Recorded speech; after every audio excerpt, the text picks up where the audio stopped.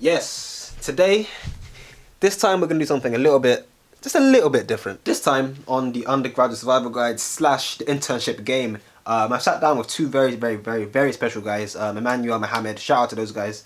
You're going to learn more about them in a second from this video anyway, where we try to specifically talk about Morgan Stanley, demystifying the process of Morgan Stanley and different application, different firms. These guys literally reached out to me on the premise of like season 1 of the internship game, and I was like, you know what, at some point I'm gonna pay them back somehow by like making it come around full circle. Like, I put the videos out, they find the videos, they contact me, and now they're on the videos. I don't know, I thought there was something cool about that. And yeah, we got it done. We sat down for about 90 minutes. If you want to hear the full podcast episode, you have to check that out over on the other platform, the Undergraduate Survival Guide. The link will be in the description below for both the YouTube channel, the YouTube video of it, and also the streaming services if you want to listen to it on Spotify, Apple Music, whatever. It's all there, it's all available. But for now, we're going to kind of go into the opening 25 to 30 minutes or so, where we talked almost exclusively about like their application process, their mindsets, what they're applying for. It's not going to be like super useful in terms of if you're currently applying. We're not going to be giving away any specific secrets yet in this video. If you do want more of that, then we'll happily sit down for more stuff in the future. This is more of like a brief overview, kind of like in a similar vein to what I try to achieve from UGSG anyway, where it's like we're, trying to share our experiences versus like advise people or like give specific feedback or tips. So as I said, it's going to be more of that. If you want more specific, like super valuable insights, let us know down below in the comments, or just check out some of my other videos. Realist K, Emmanuel's channel as well, he's also got a lot of great tips on there. So check that out. His channel will also be down below in the description with the link. I'll tag like season 1 of Internship Game somewhere for you guys to check that out. And yeah, that's basically it. Most of the video is going to be just the podcast that I've got up running in the background there anyway. So hope you enjoy it. Again, if you want to see the full episode, the full interview, check that out on UGSG. But for now, here's the Internship Game episode 5. Episode 6 will be coming soon, back to the regular format. But for now, enjoy. What's up, guys? Today we're going to chat about Morgan Stanley, your internships and that, applications, uni, everything to do with the black community, and gang affiliations. How do I start this? Obviously, I'm Jordan. This is the Undergrad Survival Guide podcast. I'm greeted today by, I feel kind of moist saying this, but my two biggest fans. Wow, I was like, yo, we good. I'm shy, bro. Out here. Nah, you two are blessed, man. Emmanuel, you must have messaged me first on LinkedIn, like, yo, I saw your video, can you help me with applications? I was like, yeah, we got a Zoom call set up. I was surprised by how humble and what's the word for it? Like, when I was in first year, I wasn't serious at all. So I'm blessed seeing someone who's actually trying to get shit done. Obviously, Mohammed as well, you two are boys. We had a good session, and obviously now since then, Morgan Stanley boys, well, one Morgan Stanley boys, shall I say? Man, I know you're still grinding out here. MS, no hustling. Nah. What you guys say, man? Yeah, all good, man. Just out here trying to find a placement. Should have studied a bit harder for the fans out there. Make sure you hit the books and put down the games console. It's a good idea. Man. I can't really add much else other than just prioritize correctly, and that's the important thing, man. Just make sure you prioritize correctly. Make sure it's too early to be giving advice in it, but like, just straight away, man. This is key. So prioritize, man. For real. All right, Emmanuel, I'll start with you, man, since you messaged me first. And obviously, I know things didn't go the best way with Morgan, but I know you're still grinding out, still applying. Like, what's the process been like for you?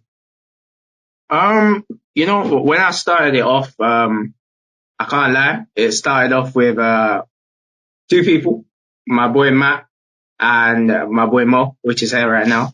So honestly, it started off with practicing numerical reasoning tests with Mo. So Mo definitely helped with that. And then like practicing logical reasoning tests with Matt.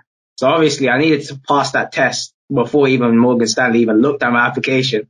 Because if I failed, that's just an instant rejection, isn't it? So that took a while to get ready for. And obviously, I did well in the test. I managed to get like, the top percentile.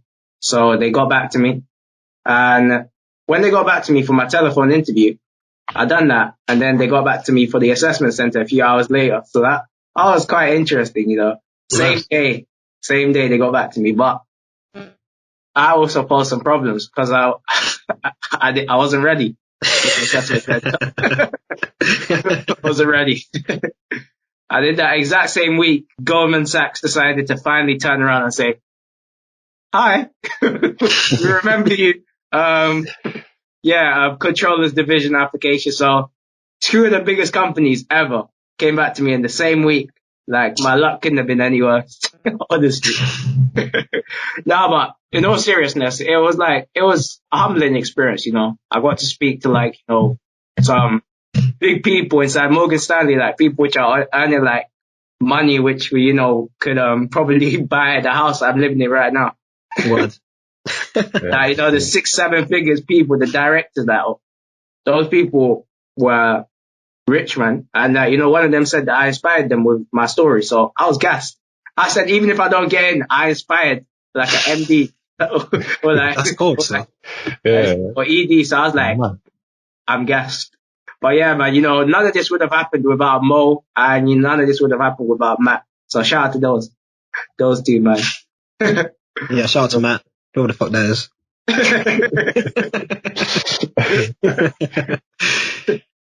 How did you find Morgan versus Goldman Sachs? I imagine they're quite similar processes for placements. It was actually quite different. In terms of Morgan Stanley, there was a telephone interview, and in terms of Goldman Sachs, higher view. Like, if anyone which applies to internships, I don't know if this is like a consensus thing, but I think we all hate higher views because it's just so weird. It's so weird. Like, talking in front of a camera and answering questions. Like, you have limited questions, limited time to speak. Like, having a telephone interview is just 10 times better. Like, I think if I had a higher view for Morgan, I would have got rejected. Same way. Because they always give you a technical. They always give you some random scenario of, I think in my interview for Goldman, they were like, if a client, wanted to break the rules, what would you do? And I had to speak for that for about 2 minutes. So I was just like, I was just thinking, well, I can't break the rules, but, I said I might consider it for the company. That's a big no-no. They said they needed a deal, yo. They said this deal is very important to the company. We need it. So I was thinking, if you need it, let's find a legal way to make this happen. Let's not break the rules, but let's not put it out of the question, Let's. So yeah, that's an easy question, man. I don't know how I would answer that. Yeah, so that clearly didn't go well because I didn't get the call back. So I don't know, man. I feel like just say no straight away and then end recording. No personality. They don't. But you gotta tell him. You gotta say, I'm not breaking the rules, bro. This guy, we have to do something else. All right. Yeah. For sure. And then there was actually no test for Goldman Sachs either. So it was just cover letter, CV, and then literally 300-word cover letter and a CV. So that was different from Morgan Stanley, which gave you like a page. So I could write as much as I want. Yeah. I felt like the experience for Morgan Stanley definitely was better, and Goldman Sachs. I need to come correct next time when I apply. Yeah, for sure. And you two got to start a series called The Placement Game, man. I feel like I'm out of touch with these internships. Yeah, like I had a little road to banking. That's what I called it. Yeah. Because the thing is, like, a lot of internships don't even ask for cover letters, at least in my experience. I just see like straight, you do CV sometimes, you have the online application where you kind of rewrite your CV basically. 3 questions, then they have telephone interview, video interview, AC, and then obviously get the role. Like I always write cover letters and never get asked to submit it. I'm like, what It's really annoying, but Yeah. No, I take a different approach. I don't write the cover letter until I go on the application, and then if I see a place for a cover letter, then I'll start working on the cover letter. But if I don't see a place for a cover letter, then I don't waste any time, so it's okay. It's true. What's your process like then, Mohammed? For me, it was okay. For me, it was just, from first year, I knew I was doing a course of placement. Yeah, I wanted to do placement. So I tried to apply in first year, but then obviously I didn't know that you had to be in the second year of a 4-year course. So I was going on all of these websites, and I look at every single placement opportunity, and I'm looking at it and I'm like, yeah, I've got the grades. And then, they've always got the characteristics where they're like, hardworking and blah. I was like, yeah, I'll sell that. Don't worry. And then right at the bottom, it's just like, you must be in your first of a 3-year course or second of a 4-year course.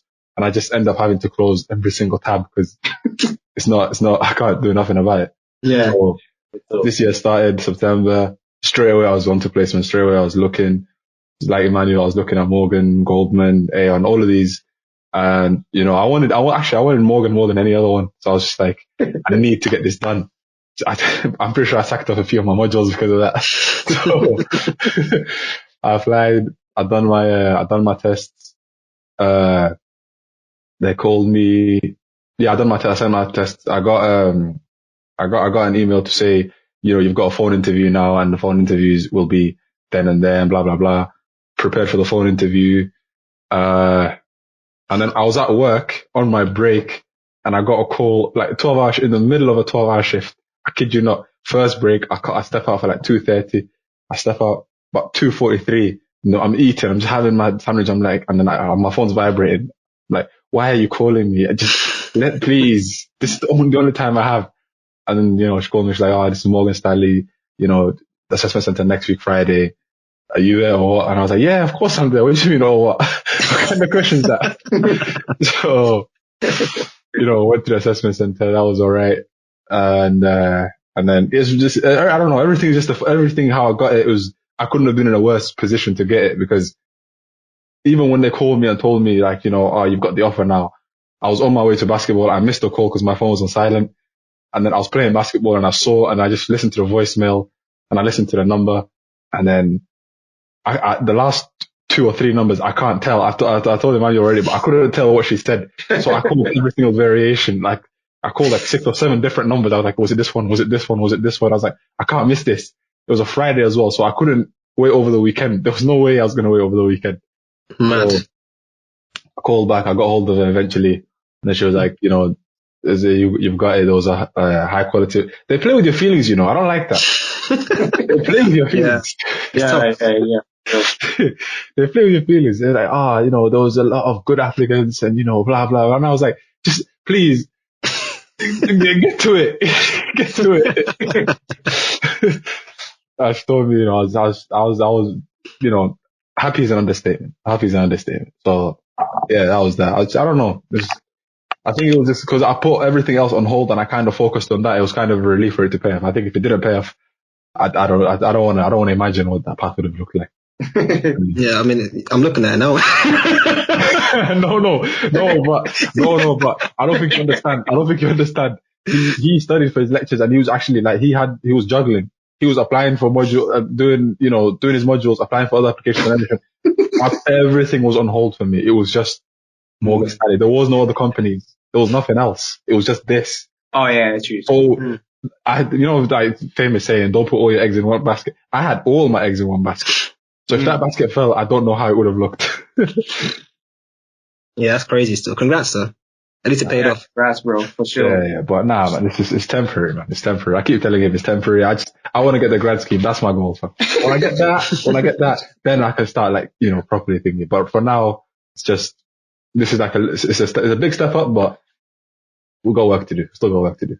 Yeah. Sure. Yeah, never stop, man. But Of course, man. I mean, you two said you were researching masters like earlier when we were talking. Yeah.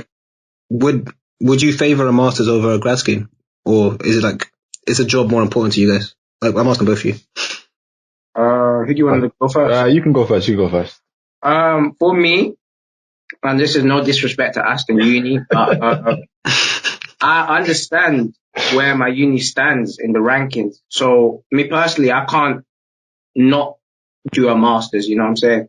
Like, we gotta get rid of this uni I go to on my CV and sort of strengthen my CV. Because especially with applying to spring weeks, it's like, well, I've not got any from them, so summer internships are more competitive than them, and grad schemes are more competitive than them. So it's like I got to level up somehow. So, but if you had, say you had a grad scheme and you could do like, say you had an offer for a grad scheme, would you do the masters or would you do the grad scheme? what the grad scheme in though?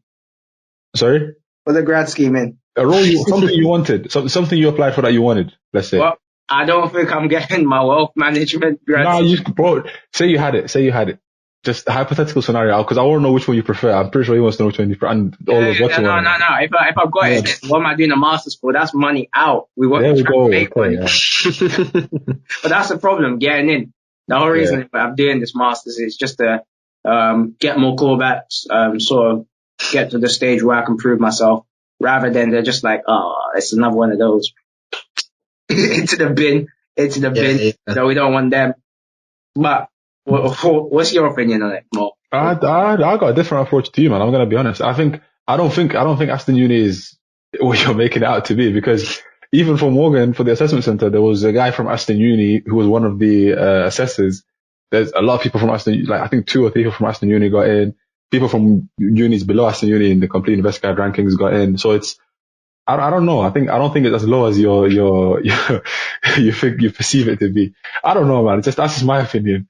But for me, I'd favor a grad scheme. I don't really want to do masters. The only way that I would do a master's is if I don't get any grad schemes at all. That's the only way then I'd be like, well, I can't sit around for a year just hoping that something would come by. I might as well take this year to do a master's, and the following year I will be guaranteed to have a job role or a grad scheme.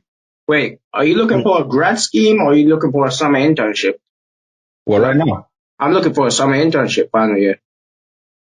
Yeah, final year, but at the end of final year, when you finish final year, you've graduated. You can't do normal summer internships. Oh, wait. Oh, yeah. Oh, crap. Yeah, you do it at the end you do it during your placement year, right? Yeah, exactly. So placement year, I'll be applying for summer internships, but final year, I'll be applying for grad schemes. And if I don't get any grad schemes that I've applied for during final year, then I will consider the masters. Oh, no. I'll be applying to summer internships during my final year because I'm going to do a master's. You won't be allowed to, though, surely, are you? And I'm not finesse. I don't think you can. I'll be in my penultimate year, though. I think I need to show them that I got offer, though. Yeah. No, but I think if surely if you're final year, you can't apply for a summer internship because you're a graduate now, right? No, but I'm in my penultimate year. You still apply? Yeah. Sometimes they still take final years. Not every firm does it, but I think most of the big ones do. But then the idea is that instead of converting you to a grad scheme the following year, they just like sign you up the same year. Like a lot of my friends did that in their final year. They did a summer and then converted it instantly into a job. So it's a route you can take. Yeah, it's possible, yeah. I don't know how common it is, but it exists. That's mad. I don't know. That's how Hussein recommended. So I was just like, let's go. I'll be applying for grad schemes personally. I think if you get a grad scheme, I feel like it's only, onwards and upwards from there. I don't think you'll need, because once you get a grad scheme, realistically, me and him are both trying to get into finance and investment banking and things like that. So once you get in, straight away they will be putting you for your qualifications, CFA, ACA, whatever you want to do. Yeah, fine. And I think masters pretty much is past then, because it's like now I've got industry experience and I've got industry knowledge and I've got qualifications in the industry. Yeah, so masters kind of becomes redundant at that point. Yeah. But Emmanuel, you were saying you were going to drop like 60 bags on a MBA, right? That's got money, bro. I mean, I'm pretty sure that you can see that I'm not in the fanciest room. Your boy's not pulling that. I ain't got no rollie on my wrist. Yeah, no, I'm just saying, well, that wall behind you is looking. Yeah, nice, bro. What do you mean? Yeah. Budget living, man.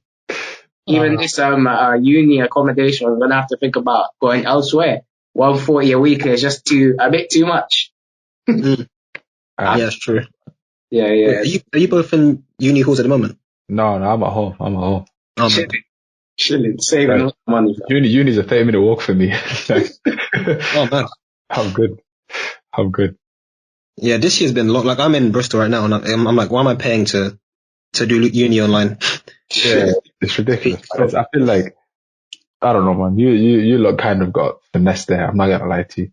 Yeah, You lot got finesse there. They should. I feel like they should. You know what? Term one of this year, I get it because they were like, it's COVID's died down now. It's okay. But I think term two, get your money back. They shouldn't be doing that to students. Yeah. You earn enough there as it is, I think. Yeah, it's a bit peak. I mean, to be fair, student debt is kind of fake. Like, you don't pay it back if you don't pay it back. Yeah. But I hear what you mean. Like, the actual financial stress is like, it's not good. It's not good because but the thing is that you know that you're thinking, they want to take a percentage of my wage, and after like 30 years or so, it gets wiped off. But you know that. But realistically, how many students know that? Like, a lot of them are thinking 9,000 a year and accommodation and maintenance loan. It's adding up for them. It's like, if someone told them, this 2,000, don't worry about it. I feel like it would do a lot for them. Yeah, for sure. All right. Just briefly for those students, 'cause I know you guys are very finance guys. Yep. Let's say I've got £2,000 sitting around. What do I invest in? You've got what? Sorry? I got £2,000 sitting around for let's say Bristol gave me back my £9,000 this year. What do I slap that in? We've got a few different things, but I'm gonna take the first one because after this one, I'm not sure I'm gonna get it back. I don't know if I have anything afterwards. So the first thing I'll say is, I'll say for those of you that are trying to get into front office, IMC. For those that's the course, right? Yes. For those of you trying to get into front office, this will do big things for you. I think it's actually, to be in all honesty, I should have let Emmanuel say this because he told me about this. I didn't know about it. So for those of you trying to get into front office, I would say do your IMC. It's about on the same level of, apparently it's rated at level 4 difficulty, which is the same as first year uni. So you can do it yourself, or you can kind of pay for tuition if you want to.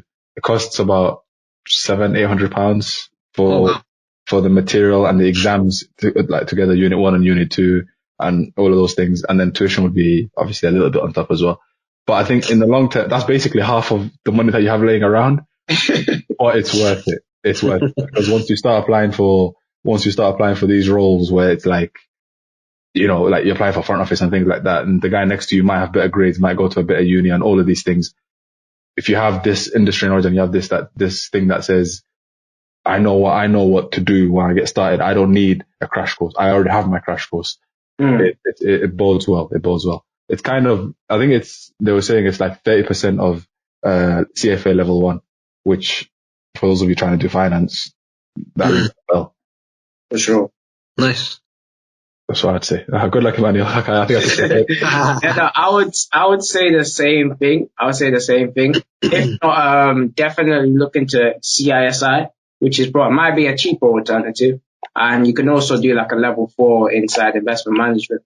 Now, the problem with CISI is it's more known to like UK, but it'll be fine if you want to stay in UK. Whereas IMC might be a bit better if you're trying to go internationally. Because if you got your IMC, you're most likely going to get your CFA. So, which is international. There we go. International qualification. So CFA is like what you need to be able to like manage money and basically work inside that division without them like saying, go sit your CFA. You have to do this, otherwise you're not qualified. Because you got to be qualified to be able to money manage or advise people inside the bank. So yeah. There is another qualification. I'm not sure. I think it's risk management. You know what? I would say definitely one thing you can invest, which doesn't cost you money, is your time inside Afsar Hussein's videos and Jordan's videos. I love that. Invest for free. Yeah. It's K, man.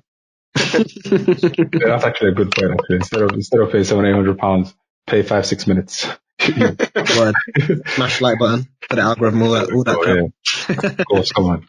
Have I already done IMC? Yeah. Well, I plan to. Actually, we both plan to be fair.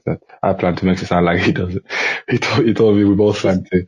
But yeah, I'll probably do it in placement. Yeah, I feel like it'll be like, right now I've got uni modules to do and things like that. I don't really want to add a whole year, not a whole year, but like another module to what I'm doing right now. I want to deal with this, and then while I'm working, I want to learn about the industry as well. It's like kind of balance, just work and study a little bit as well. Yeah. Fair enough. Yeah, I would say that definitely my parent recommended me, or my dad recommended me to do CISI. So, but the problem is, from further research in CISI, it's not globally recognized. So that's the last thing you'd want to do, like invest your money into something which is not globally recognized. So I would definitely say IMC is a way to go. There is another one. It's a risk management one. I'm not sure if it's called RFM. I'm not sure. But that's expensive. That's going to set you back. You're going to have to find the extra $1,000 out somewhere. But that basically makes you qualified to deal with risk. So that's a good qualification too. I might be chatting. But they'll do the research. They'll do the research. Yeah, but to flip it on you, Jordan, what would you advise them? What would the $2,000 lane about? What would you advise them? Yeah, for me, I mean, I wouldn't study anything personally. Like, I actually think now that my friends have graduated, I see like how they react to the working world, and like maybe it's different because COVID and working from home and stuff. But as far as I can see, just no one's enjoying themselves in the working life. It's like, Citibank could give me all this work. Morgan Stanley are doing all that. Goldman Sachs doing all that. Like, I get it. Obviously, you have to work to make money. But while I'm at uni, and at least for 2 years after I graduate, I want to chill. Put me in a startup. I'll like make you coffee or some shit. I don't want to be straight out of this grinding, continue. Like, I get, obviously, again, you have to make money, but I'll take a few chill years. I hear that. Yeah, that's not a bad plan either. Come back, like, take a few, not yet. I don't know. Take some time off. Come back harder. Swing back harder. Reserve some energy. Yeah, IMT is definitely a great second shout. I think anyone that wants to do finance, IMT is a great first step, because CFA is like a lot more expensive, right? And it's so much longer. And it's got more requirements as well. I wanted to do it, but they were like, you have to be in your final year of studying to do it. And I was like, yeah. The only thing is, like, once you do it, I mean, I can't speak of any specific roles, but from my research back when last year, obviously your ceiling rises. Like, some grad roles are like 25k without CFA, or like 32 with it, because obviously they pay for it if you haven't got it yet. Yeah, it's ridiculous. Nice alternative, but I don't know. I think it's long. Me personally, I don't want to do any extra work above what I'm already doing. Especially, I mean, I guess it's different. I'm at Bristol. Maybe I feel a bit more entitled. As a student, if you're from Aston, you need to read. Don't be like Jordan. You have to read. Hey, think about it. The employer is going to look at you and look at that other Cambridge Donny next to you, and you want to be able to basically flex on that Cambridge Donny and be like, listen, you thought you're from Cambridge, but listen, you're going to have to do this qualification anyway. I've already done it. So he's really getting the job out of me or you, because they're going to have to pay. They're going to have to pay for the Cambridge student to do it. Whereas for me, they ain't going to pay nothing. So yeah. Oh, that's the other thing that I forgot. That's the other thing that I forgot. For any of you trying to get into front office, you have to do. They will force you to do IMC in your first year of work, pretty much, because it's basically the fundamentals of front office, pretty much, and dealing with clients and all of that. I don't want to say anything. Basically, you'll be forced to pretty much do that because you have to know it. It's basics, kind of. It's like you start maths at uni. You will be given a crash course of maths at A level, and then but you have to have that. If you don't have that, you won't know what's going on. So IMG is like that, basically. Yeah. Do you not think your degree prepared you for the world of finance? You still got to do these qualifications afterwards. Obviously we're math students, so Maths Econ students, so we didn't necessarily pick a course which has too much finance in it. If we had done economics, we would have done corporate finance, strategic finance. So that's a lot of finance modules there, and we also could have done finance. But we thought maths would have more career options. But it's a bit questionable because I feel like we're going to have to learn the finance anyway. So maybe finance would have been the better option, and it definitely would have, left the hairline intact.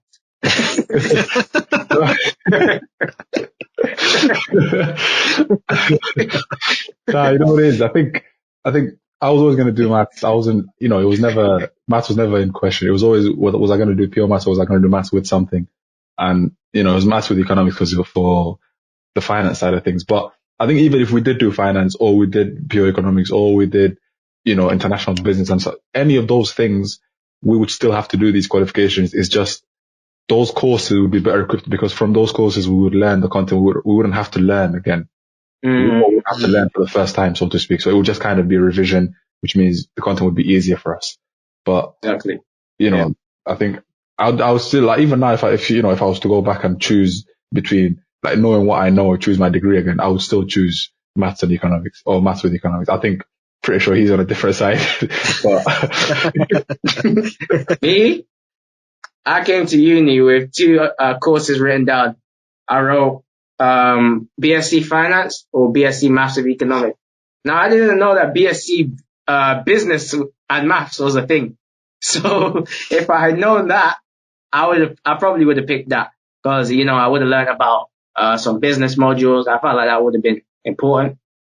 Or I would have just done finance because, essentially I'm applying to all finance roles. And, when they're like, oh, yeah, so why do you want to work in finance?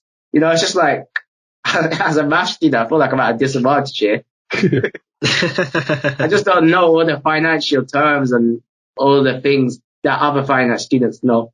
But, I guess it can still work out. Look at Mo, Nah, bro, it's a whole lot of nonsense, man. It's a whole lot. I'm telling you, man, they just create a bunch of big words and then make it sound like it's mad, but I don't think it is, man. I think if you pay attention to what they're saying, I think you'll look at it and you go, you're chatting nonsense. Figure it out. I think you can figure it out. To be fair, I actually think doing anything that's not finance and applying for finance is probably way better because it shows that you have like a different way of thinking. Imagine like if everyone in finance just knew economics, like it'd be terrible. Yeah. They would have shorted GameStop and lost billions. Like, for sure. Exactly. And plus, in this era, like now that I know you guys aren't applying for trading roles, but you have like a lot of algo trading, a lot of algorithms, a lot of statistics, a lot of numerical research and stuff. Like, if you were to apply for a trading role, you probably like just blow it out of the water, or like a stockbroker or something. Yeah. That is the goal. To get to from investment management, go into like a trading role from there inside the asset management investment bank, that side. Nah, I'm good, bro. Where's the biggest bag, bro? Point me in that direction. That's where I'm going. I have to secure the bag and I want to secure the biggest bag possible. That's all I care about. I don't care about the route. I'll take the route. No, then you got to start your own company, man. Yeah, I'll do that, but I need peace to start my own company. I don't want to.